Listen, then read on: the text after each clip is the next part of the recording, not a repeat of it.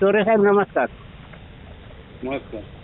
हां, मी महाड बस स्थानकावरती उभा आहे. पोलादपूर प्रेस क्लब अध्यक्ष. हं.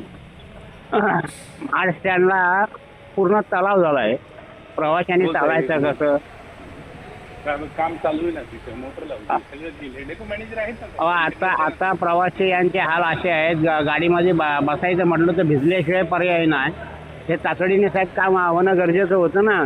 आता समोर बस स्टँडचं काम चालू आहे ना साहेब, ते होणारच आहे ना महिना 2 महिने. पण आता मग 2 महिने लोकांनी ह्या पाण्यातनं चालायचं का? मला सांगा इथं साहेब, माझ्या हातात आहे का ते काम संपवं लागेल का? नाही, पण इथं हा मधला जो गॅप आहे त्याच्यामध्ये काहीतरी भराव करून पाणी बाहेर काढायला पाहिजे. उद्या परवा येते हे काम, ते दिले काम, उद्या परवा करून घेणार होते. आता 2 महिला पडल्या त्या पाण्यामध्ये.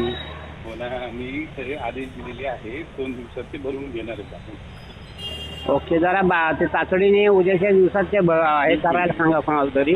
हो हो हो. हां, कारण त्या गाडीत बसता पण नाही, अशा अवस्था आली. नाही, मला माहिती अडचण आहे भरपूर, पण थोडं सहकार्य करा तुम्ही पण. चालेल. कृपया झंझावात सोबत जोडून राहण्यासाठी लाईक करा, शेअर करा, सबस्क्राईब करा आणि बेल आयकॉनवर क्लिक करा.